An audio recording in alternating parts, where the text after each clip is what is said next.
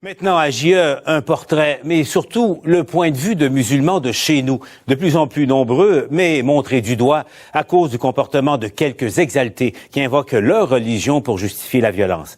Ce soir, Pierre-Olivier Zappa de JE leur donne la parole.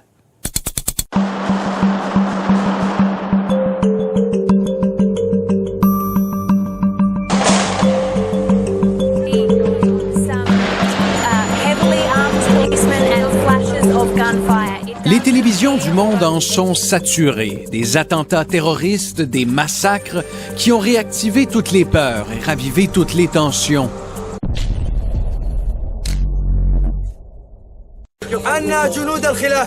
La peur du terrorisme n'a jamais été aussi forte.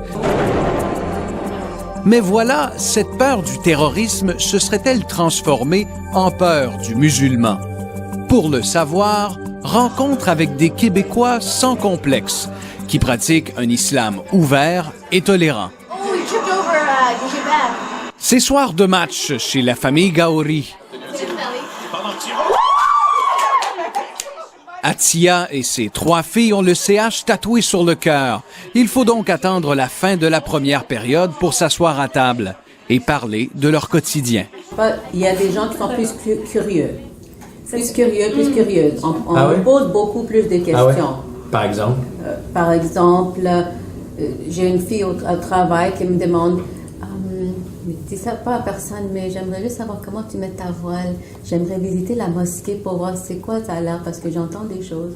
Yasmine, l'aînée de la famille, étudie à l'Université Concordia. Elle est née à Montréal, elle a grandi au Québec. Qu'à cela ne tienne, elle se sent parfois étrangère en son pays. Si des gens me demandent je viens de où, puis quand je les explique, regarde, moi je suis née à Montréal, mes parents sont nés à Montréal, là ma grand-mère elle est née à Nouveau-Brunswick, ça fait quand même des générations qu'on est ici. Elle me dit toujours mais tu devrais être arabe, il y a arabe à quelque part, je sais. Puis c'est tellement difficile de les expliquer que, regarde, je suis quand même canadien. Tu t'agis d'une façon que tu as peur, tu te caches, il faut que personne me voie. Les gens vont sentir que tu as peur, ils vont sauter là-dessus. Pour ces jeunes filles, et elles nous l'assurent, porter le voile relève d'une liberté personnelle. Elles ont fait un choix qui exige parfois du courage. Elle m'a dit « Pourquoi tu portes ça? Pourquoi tu portes ça? » Puis la jupe, parce que je porte comme j'aime les jupes. Alors je porte une jupe, puis elle m'a dit « Quand tu portes comme ça, je pense que tu vas me tuer. » C'est ça qu'elle m'a dit. Et quand elle entend parler de ces jeunes Québécois partis joindre le groupe armé État islamique en Syrie, Atia ne peut s'empêcher de penser à ses filles. Pour moi, c'est la même chose que des adolescents ou des jeunes qui embarquent dans une gang de rue. C'est complètement la même chose. Ils sont dans la même place. Ils cherchent quelque chose, ils cherchent d'être acceptés, ils cherchent une cause. Au-delà de cette actualité souvent effrayante, la place de l'islam a aussi profondément changé au Québec. En 10 ans, le nombre de musulmans a plus que doublé, passant de 110 000 à plus de 250 000. Paradoxalement, alors que l'islam est sorti de l'ombre, c'est désormais sa visibilité grandissante qui suscite certaines craintes.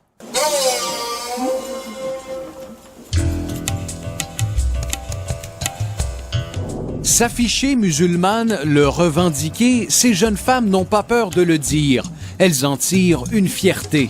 Vous voulez une foulard aussi? Un dimanche matin au centre-ville de Montréal. Facile à repérer avec leur voile couleur pourpre, elles sont une quinzaine à se donner rendez-vous, comme chaque semaine, pour distribuer des repas chauds aux sans-abri. On montre ce qui est le vrai, ce qu'on montre, en fait, nous, c'est donner. C'est le regard des gens qui est un petit peu difficile, mais il faut juste pas lâcher puis continuer tout le temps. Mais en fait, il faut pas donner de l'importance à ça. For me, it is a surprise because usually they just pass by people like us because I think they stick to their own kind. On a beau parler de l'islam, pour ces femmes, la religion prend tout son sens dans l'action. Et ceux à qui vous donnez ça, ils sont reconnaissants en général? Oh ouais, des fois, t'en donnes puis t'en vas. Des fois, tu attends des discussions là, qui durent longtemps. C'est très drôle. Là. Est-ce qu'ils sont surpris de voir que ce sont de jeunes femmes musulmanes qui participent? Ouais, il y en a qui nous disent salam alaikum, ils savent quelques mots et tout, c'est vraiment drôle. Mais la plupart sont vraiment gentils, sont vraiment reconnaissants, ouais. les gens, ils entendent tout ce qu'il y a dans les médias, puis c'est pas tout le temps la vraie chose. Fait qu'ils ont toujours une image, mais c'est ça, il faut... on est là pour répondre aux questions, là. C'est dans cet appartement que ce jour-là, derrière les fourneaux, on retrouve la jeune Alexia. Oui, c'est vraiment moins que 1%, je dirais, qu'on entend de ces personnes-là qui sont au nom de l'islam, mais nous, je dirais qu'on ne considère pas trop qu'ils suivent la bonne islam. La grande majorité des musulmans, on est là pour aider du monde, pas pour faire du mal.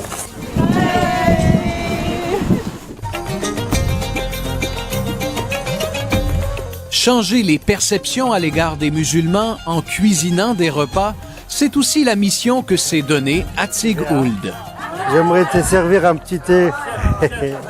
Sous la tente de son restaurant, un jeudi soir à la Bonne Franquette, les clients se régalent. Parfois, les gens, ils rêvent. Puis quand ils rêvent, tu vas aller, tu vas au bout.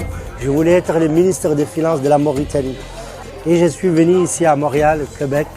Et les années plus tard, me fait découvrir que la vie, c'est autre chose.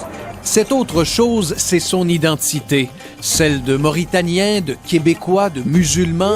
Mais voilà, Atig sent que cette identité, on est en train de la lui voler. Chaque fois qu'il y a un problème qui arrive et qu'on se sent responsable d'un geste qu'on ne se connaît même pas et des gens qui te prennent ta religion, ils te prennent ton identité, ils te prennent tes valeurs et au bonheur.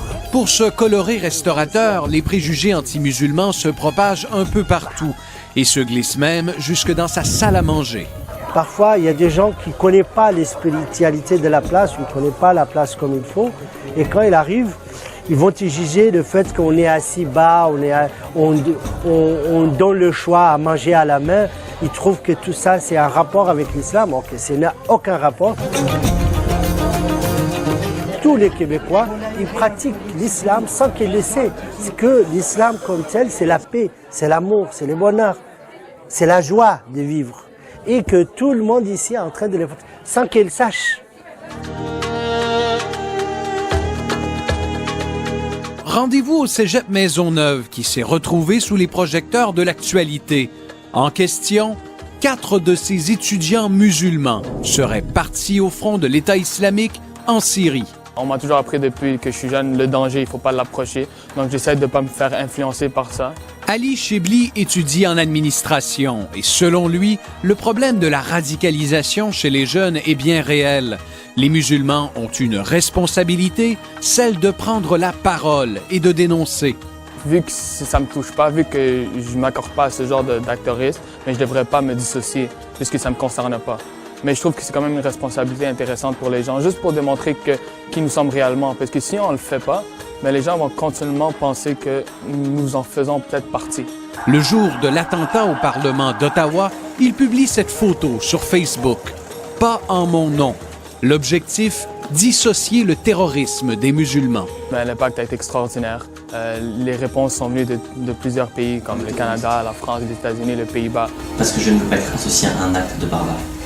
Donc ça a démontré qu'ensemble, on pouvait changer les choses, puis ça a montré une belle union au sein de notre société québécoise.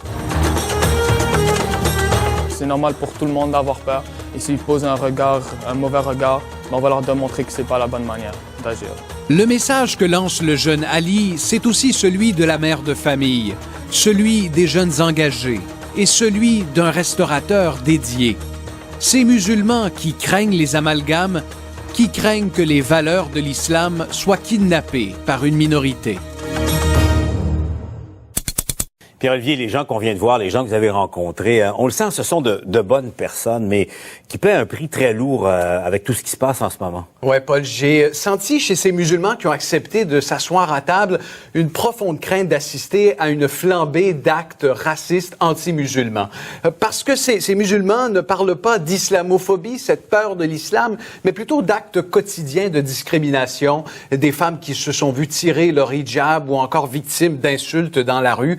Et Et selon eux, la source de ce grand malentendu, c'est une certaine confusion entre l'islam politique, celui des revendications, et celui de l'islam culturel, religieux, celui qui est pratiqué par la très grande majorité des musulmans québécois. Alors, ces musulmans veulent bien sûr dénoncer les actes barbares qui sont commis par ceux qui usurpent leur religion et leurs valeurs. Ils préfèrent bien sûr bâtir des ponts que de maintenir des fausses épaules. Merci, Pierre Olivier. Au revoir.